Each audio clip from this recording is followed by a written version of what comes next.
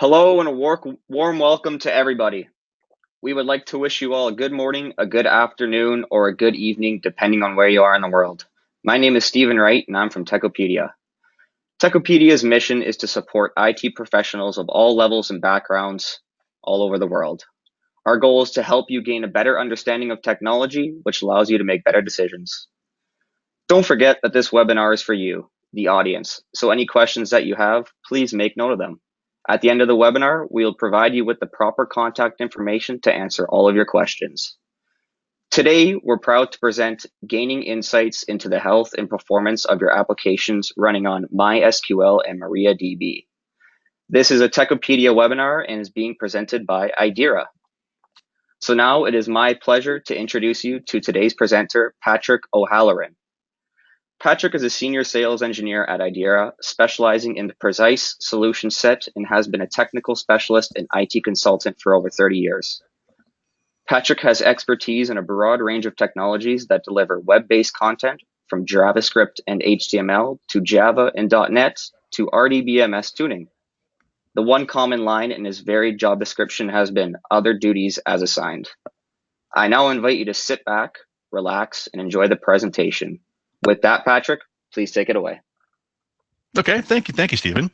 As Stephen said, my name is Patrick. I am a sales engineer for IDERA, and today we're going to be talking about a tool that technically has a very, very long name. The name of the tool is actually the SQL Diagnostic Manager for MySQL and MariaDB. But just to save a few breaths, I'm going to refer to it as DM or DM for MySQL or Diagnostic Manager for MySQL. So what is it? DM for MySQL is a tool that runs on a server and monitors MySQL and MariaDB. It monitors activity, looks at sessions, SQL statements, wait events, all that, finds out everything that's running, gathers configuration information. It is an agentless application, meaning that we're not changing or modifying or installing anything on the MySQL and MariaDB instances. It's an on-premise solution. You will set up a server and install DM for MySQL. It's incredibly easy to install. We tell people it takes less than 2 minutes to install, but typically it's even faster than that. It's very fast. And then it monitors both on-premise and cloud instances. That's one of the questions I get all the time is, can we monitor Aurora or Amazon or whoever's out there that is hosting remote MySQL databases? And yes, it's built to monitor both on-premise and cloud instances. There's a lot of versions here of different databases it supports for MySQL and MariaDB. The takeaway is that we support every current version of MySQL, including current releases, and we provide monitoring solutions for all of the cloud-based services, including Amazon, Google, and Oracle. This slide gives you a view on what the architecture of the product is, what DM for MySQL is doing. In the middle, in that box, you'll see Linux/Windows Server. DM for MySQL can be installed on a Linux server or a Windows server. It's installed as a Windows process through a wizard, service as through a wizard, or in Linux as a package, and it's entirely self-contained. It includes whatever client software is needed to connect to databases. It includes an HTML server. It includes a built-in database by a vendor called SQLite that holds all the historic information that's gathered as it's monitoring MySQL databases. So there's nothing additional you need on top of the Windows install wizard or the Linux package. You define servers, connections to servers. That's the monitored databases on the right, and we have a couple different ones listed there. You give connection credentials in the case of Linux. You give it OS credentials. In the case of Amazon, we may need some extra credentials there. Sometimes there's log files and server level statistics that we can't get through the database that we need to go through Amazon's API or connect directly to the operating system to read files. So there may be some extra credentials, but generally speaking, we just need credentials to get to the MySQL database. Again, that data is collected automatically. DM for MySQL is up and running 24/7. Gathering performance information, storing all that in that SQLite database. Common question that comes up about the SQLite database is, how big does it get? Well, that depends on how many instances you're monitoring, how busy those instances are, or how unique the activity is. Just for sizing purposes, we tell people 3 to 5 gigabytes per monitored instance. So if you're monitoring 20 instances, for sizing purposes, we tell people the SQLite database could grow to be 60 to 100 gigabytes. Another common question is, can I look at that data in the SQLite database directly without going through DM for MySQL? Yeah, the schema is published.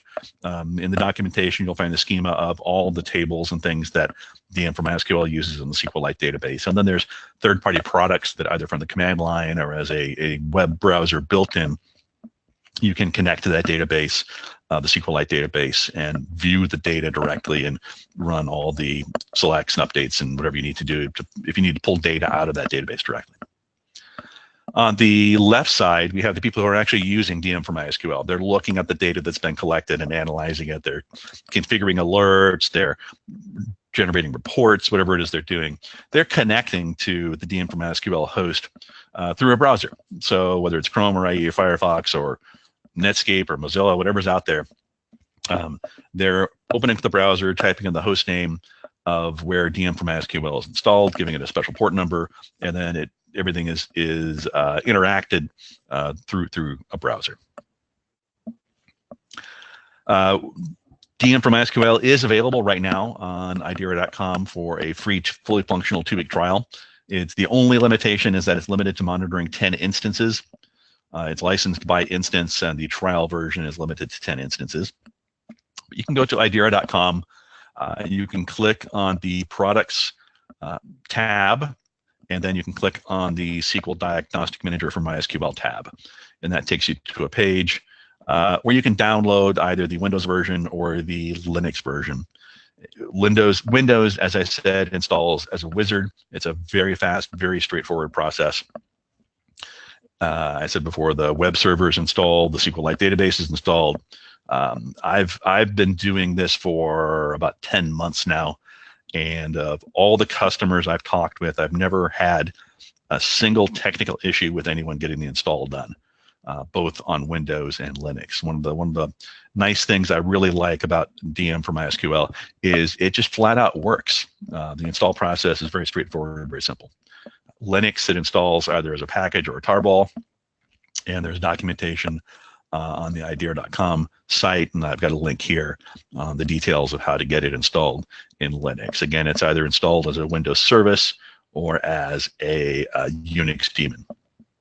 It's accessed via URL. As I said, you fire up a browser, you type the host name of where it's been installed, and the default port number is 5555. Obviously, that's configurable. Once that starts up, you start receiving HTML pages. First page is a login page where you can specify a user and a password. These are all maintained internally within DM for MySQL. The passwords are encrypted, but that's what you need to get logged in to the application itself. Once you log in, the GUI is pretty straightforward. You've got a series of tabs across the left side from servers, dashboard, monitors, threads, real time. And then whatever tab you have highlighted, in this case, you can see in green up at the top left, this is the overview page. I've got all the data for that page. Now, there's two things I want you to remember after this presentation, so that later today or tomorrow, when someone asks you, what did you learn on that presentation?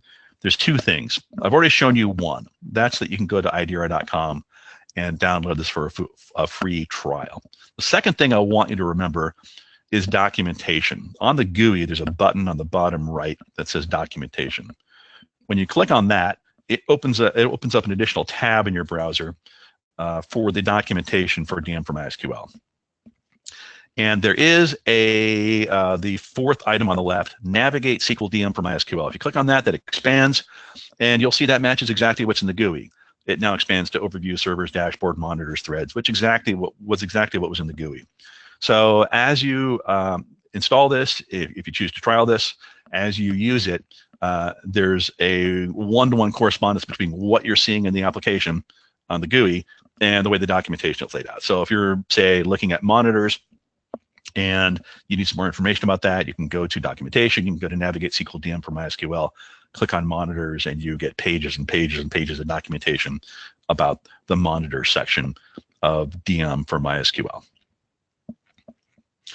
All right, so after we get this installed, after we type in the URL, after we get the login page, and the first thing we need to do is add servers. And I can see here I've got 4 servers already defined. They've got names. Below them, there's little hashtags, RDS and replicas and master. Those are what we call tags. We'll talk about that in a little bit. And then below that are some numbers in yellow and red. Those are monitors that have gone above a low threshold and a high threshold. They've gone to either warning or critical. We'll talk about those in some more detail too. But here I am on the servers page. I can see all the servers here, critical and warnings. And then when you click on the yellow or red tab, the yellow or red section, it takes you and shows you the detail of what all those warnings are. So the initial view on servers is a high-level view of the health. This is a sandbox we have. There's a bunch of security privileges and things that we need to take care of. But if this were a healthy system, I would be concerned that there were this many red alerts, critical alerts going off, and I would have to go through them one by one. Again, there's some 600 out of the box monitors that look for different behaviors, look for different activity, look for different statuses, and as these alerts go yellow or go red, they show up here. If I click on one, I can get advice, which is kind of nice. A lot of the people who are using DM for MySQL are not terribly familiar with MySQL. Maybe they're coming from an Oracle background or from a Microsoft SQL background. So it's nice that not only do we have monitors that are looking at behaviors, permissions being too open, or disk sorts being done, or whatever it is, there's advice there as well on almost all of these. So not only can we tell you what the condition is that needs your attention, we can also give you advice on how to deal with that. But initially, this is going to be blank. Initially, I'm not going to have any servers defined. I can click on Add Server, and I got a page here where I enter the connection information on how to get to that server, a host name or IP address, a port number, username and password, and how to connect to the MySQL or MariaDB database, and then a connection type, whether it's direct or SSH tunnel or SSL encryption. Those are all supported. The second tag up at the top says tags. Tags, you saw the other servers were given hashtags as identifiers. Those can be names, they could be applications, they could be data centers. Maybe you label some as production, some as QA, some as dev. You can apply multiple tags to the same server. And the idea is that as you go through these other pages, the servers, the dashboard, the monitors, the threads page, you can bring up groups of servers. So if you've got a cluster, if you want to look at all of production, if you want to look at a particular application, you can bring up groups of servers based on the tags you specify. And then the advanced tab here, when you're defining a server, allows you to, I mentioned before that for some entities, some things like getting OS level statistics, CPU use, and things like that, for getting log files off of the operating system, we need some extra credentials. Those kinds of things are done under the advanced tab. But defining a server is pretty straightforward. You give it a host name, you give it a port number, and connection credentials. I can also edit existing servers. So the servers I have listed here, there's the ellipsis there, the ... I can click on that and just click on edit server. So if I need to change tags, need to change how it's configured, need to change connection credentials, that can all be done through that server page. The overview tab, and again, you get to that by clicking on the top on the left where it says SQL DM overview. You can click on that. Shows you information about how many servers you've got, how many of those are down, which is obviously a very, very bad thing, the total number of red and yellow alerts that are going off, as well as for the servers I have selected. And again, that's where I can use tags. I could quickly focus on a group of servers, the top 10 SQL statements over the last week. So if I'm interested in doing general performance tuning or wanting to see where all my time is being spent, I can select a server or a group of servers, and this will automatically show in terms of both execution count, total time, and average time, what the top 10 statements are. And then I can use that information to optimize performance by tackling the statements that are taking the most time to execute. Again, here's an example of when I click on that, where I can specify the tag. So 3 tags, hashtags at the bottom, RDS, replicas, and master. So I can select individual servers here. I've got 4 selected, or I can go by the tags route. So I'll just continue down the menus on the left. We've got dashboard. Dashboard is common to many monitoring tools, and dashboards consist of pages. I can create and delete pages arbitrarily, create my own custom pages. A page consists of, if I edit it, a page consists of individual charts. I can add and remove the charts, and I've got some ability to customize those charts as well.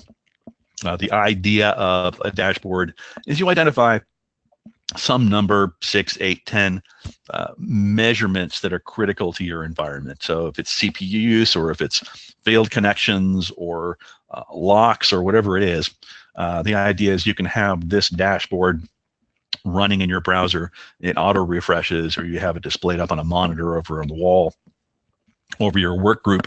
And then if strange behaviors happen, if you start getting spikes in CPU, spikes in executions, spikes in failed connections, whatever it is, you'll see that as you walk by, and that's just another way of getting notifications that misbehaviors may be happening. I've moved on to the monitors tab, and as I said, DM for MySQL has some 600 odd out-of-the-box monitors that look for various behaviors. I can select what servers I want. Again, in this case, I've got 2 servers selected, MariaDB master and RDS dev. Again, if I'm doing clustering, I can select the entire cluster. If I want to see all of production or all of an application, I can use the tags to manage the number of instances I have. We have customers that are running this on a single SQL DM for MySQL server that are monitoring 20, 30, 40 instances. The largest one I've heard of is 1,200. They're monitoring 1,200 MySQL instances from a single DM for MySQL instance. In that case, they're obviously using tags to bring up 2 or 3 or 4 or 5 servers at a time. I can also specify the time frame. There's a drop-down box here with some preset time frames, last few hours, last few days, as well as a calendar where I can specify any arbitrary time frame. So if I want to see what these monitors are doing, what information they're reporting on, say yesterday from 2 o'clock to 3 o'clock, I can do that. The way I think of the monitors is I think of them as doing 2 things. They have 2 main components. One is they are making a measurement, and they're returning a measurement. Maybe it's a percentage, maybe it's a count, maybe it's a yes, no, whatever it is, it's returning some sort of status. That's what I think of as the first part of a monitor. The second part of the monitor is making a determination if that value is good or bad. Is it green, meaning it's stable? Is it yellow, meaning it's exceeded a low threshold? Or is it red, meaning it's exceeded a high threshold? And that's what this shows here. I can see on the monitor group list where it goes from general info to security to excessive privileges. Individual monitors are grouped into monitor groups. I can see some of those groups have some red alerts. Some of them are green and some of them are yellow. And when I click on any particular group, for example, InnoDB cache is currently highlighted, I can see the individual monitors there, allocated memory, number of InnoDB buffer pool instances, and so on. I can see the values from the last measurement, 128 meg, 8, 121 meg, various numbers. And I can also look at these over time. So some of these, here's the monitor groups, here's the individual monitors, here's a specific monitor, cache hit ratio. You'll notice there's a couple icons there. One is a little bar chart, and that allows me to graph this value over time. Now, this is not a very exciting graph because we have 100% cache hit ratio all the time. But if this varied over time, I'd be able to see that. I could turn on and off different servers, maybe compare one server against another server to see how things are doing. As I'm looking at the individual monitors, if I mouse over one, what you'll see is I get a description. So before, when we were looking at servers, we saw advice on what to do if this particular monitor goes yellow or goes red. This is telling me what this monitor is actually monitoring. What is it actually looking at? I mentioned there were 2 components. I've drilled into a specific monitor, in this case, the cache hit ratio. I said there were 2 components, something that makes a measurement. That's what this JavaScript function is. This is an open, exposed JavaScript function that basically is looking at buffer read requests and total successful buffer reads and returning back a percentage. You can edit these. You can change these.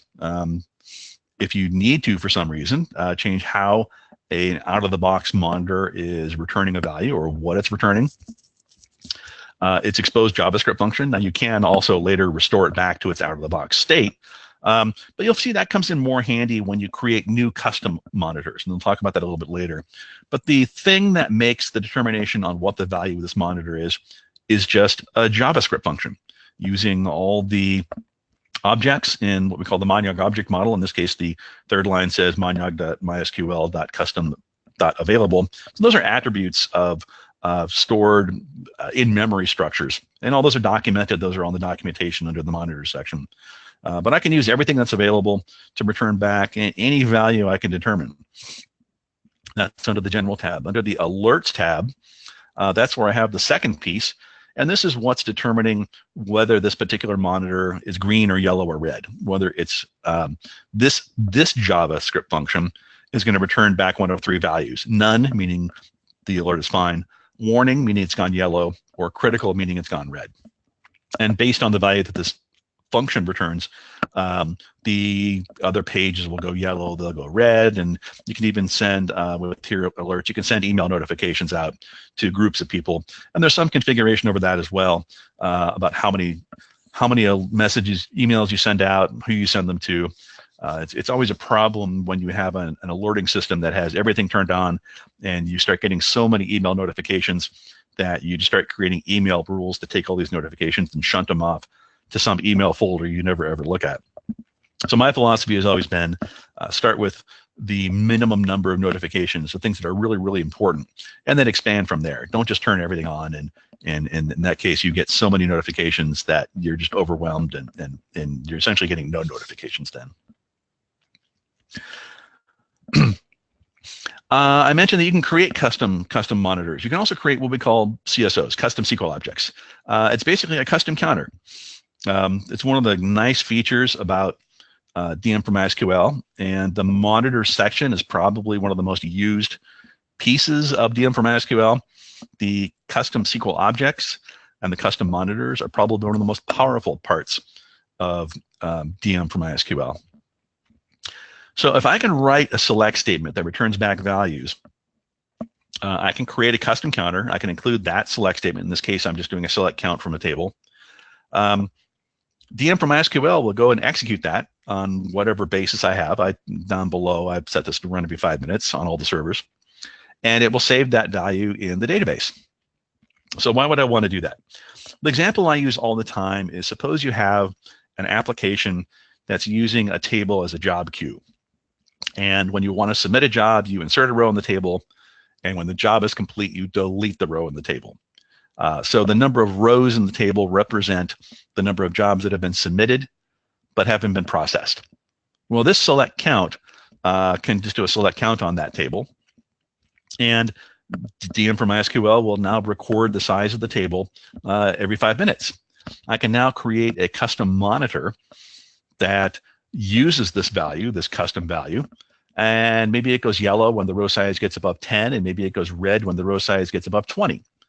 So now I've got something very powerful. I've got something that's not just monitoring MySQL or MariaDB or the database. It's actually monitoring my application. It's letting me know that something unusual is happening in the application itself.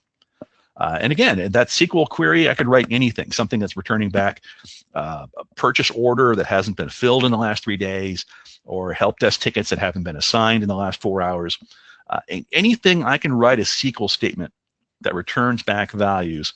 I can write a custom SQL object that collects those values, and I can write a custom monitor that reports on those values. And all the things we saw before about alerts monitors going yellow, going red, about the bar charts being available to show things over time, all that's available with the custom monitors as well.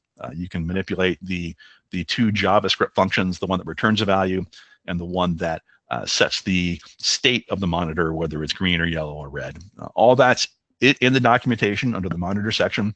It's well laid out. There's examples there of ways you can set that up. And that, I think, is one of the more powerful features, the ability to reach beyond just monitoring the health of the physical database and reach into the application and start monitoring and reporting on the health of your actual application, because that's what it's all about. I mean, it's the application that's running that's important, that drives the business, that makes the money. That's what people are concerned about, the business owners and everyone else, not just that table spaces are right size and CPUs not spiking and so on. So if I were to trial this, I would definitely focus on monitors, and I would definitely take a look at the custom SQL objects. All right, continuing down the left, we're now in the section called threads. These are, I can select a monitor or groups of monitors, and it just shows me all the current connections, current sessions. Within MySQL terminology, threads and sessions and connections are all fairly synonymous. I can see who's connected, what they're doing, what they're running. Maybe I'm here because of a dashboard. Maybe there's a CPU spike. Maybe I've gotten a monitor alert, an email that there's a lot of locking going on, locking and blocking. One of those notifications, or maybe I got a call from a help desk saying, hey, what's going on right now? This is sort of a snapshot or a photograph of what's happening right now. I can see the sessions, I can see the active sessions, as well as the SQL statements that are running. And again, I can use tags to pick up groups of servers. The real time, if you think of threads as a photograph of what's happening right now, real time is more of a motion picture, what's happening over time. I can specify a server, I can specify a time frame, and then what it will do is it will start a real-time monitoring session where every second it goes out, polls the MySQL database to find out what sessions are running, what wait events are being generated, what SQL is being used, what databases are generating the activity, and all that information is displayed here as a graph across the top showing me numbers of executions per second. And then at the bottom, this is currently broken into queries, but I can look at queries, I can look at databases. Right now I'm looking at the top statements. I can change how this is broken out by table, by database, by user, by host, as well as seeing slow queries and locked queries. So why am I here? Well, maybe something's happened, there's a slowdown, and instead of needing to see what's happening right now, I may need to see what's happening over a 20-minute period, over an hour, over 2 hours. Maybe I've got a critical job that's running, and I want to see what's going on.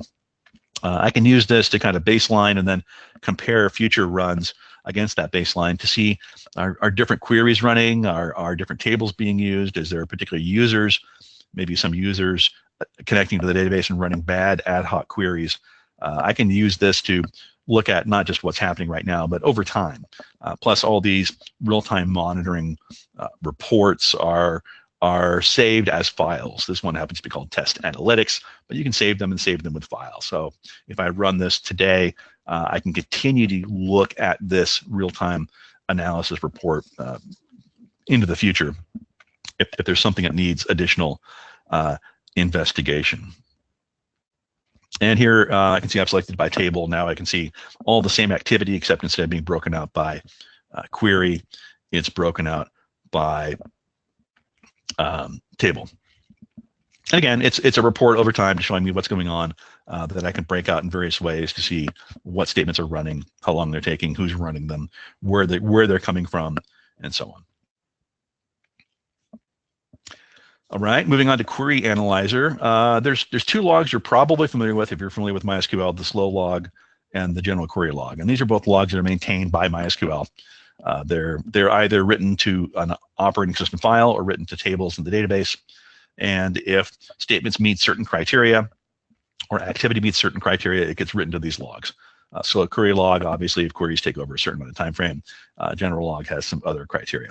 So I can select the type of log, I can select the server, and now I can go in here and specify time frames. I can change servers to look at what's in that log. The third type of log that was on there was called sniffer, and that's something that's unique to DM for MySQL. That particular log is similar to the other logs. We call it a pseudo log because it's not really written to a file. It's not really written to disk. It's maintained in the SQLite database. But the idea is that you specify criteria, and then activity that meets that criteria is written to the sniffer log. So what are those criteria? There's a variety of them, including who's running a SQL statement, some statistics about it, is types of joins, index use, amount of data being looked at, and so on. I can use this to specify maybe a service account, maybe just some critical process, specify a host. I want to record all SQL statements run by this user coming from this host that take more than 2 seconds. I can specify those kind of criteria and then look in the sniffer log to identify problematic statements. So it's like the slow log and like the general log, but it allows you to provide additional criteria on what it is that's being saved and what it is that's being reported on.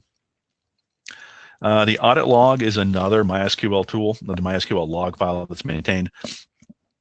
And the nice thing about using this interface, the same is true of the slow log and the query log, I can quickly bounce from server to server. I can change my time frame, and I've got things presented in a nice way. I've got some import-export buttons, so I can also dump this file out to CSV files or Excel spreadsheets or whatever I need to get this information to. But it's just a nice way of applying filters and being able to manipulate the log rather than having to go and edit through it directly. I got a couple more items on the left, and then we'll wrap this up. But server config, we go and take snapshots of the MySQL or MariaDB configuration. And that allows us to do two things. One is we can compare one server against another. In this case, we've got 3 servers selected, and it's showing me of all of the dozens or hundreds of initialization parameters I can have for the database, how they differ from server to server. And I may be using this because maybe I'm setting up a new server and I want to verify that it's being set up like production. Maybe I've got a cluster and I want to verify that all the important parameters are all set the same way. Or I want to verify my load test environment mimics production and doesn't have different buffer sizes and different parameters that may affect how statements are being executed. So that's one way I can use the server config.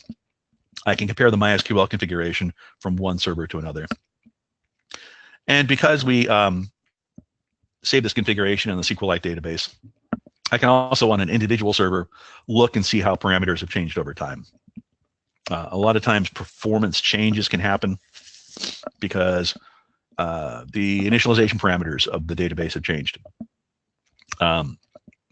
As I said, buffer sizes, things like that. Here I can see someone's been knocking down the long query time from 11 seconds down to 1 second, probably so we can just capture more things in the slow query log. So I can specify a track, I can specify a time frame, and it'll show me how the parameters differ from on that single server, how they've changed over time.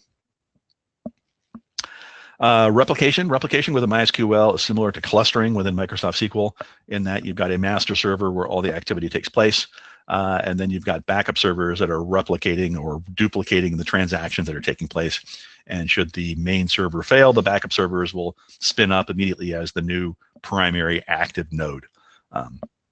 This is a screen that up at the top says refreshes every 5 seconds and gives you a visual image on the architecture. This is a straightforward architecture. We've got one master with 2 slaves. The boxes will change colors depending on whether the servers are falling behind and not able to keep up with the data changes that are happening on the master server, or if they go offline, they'll go from green to yellow to red. Replication is highly important to a lot of environments. It's one of the ways within MySQL you can ensure high availability. The last button down here, the last tab on the left, is settings. And this is where all the administrative side of MySQL, DM for MySQL is. We can create users, all the external connections. If we are sending emails as part of notifications, we obviously have to have access to an SMTP server. We can also send notifications through SNMP to HP OpenView or some other network notification service, PagerDuty and Slack. We can send pagers and other notifications. And then for individual users, we can import lists of users from LDAP.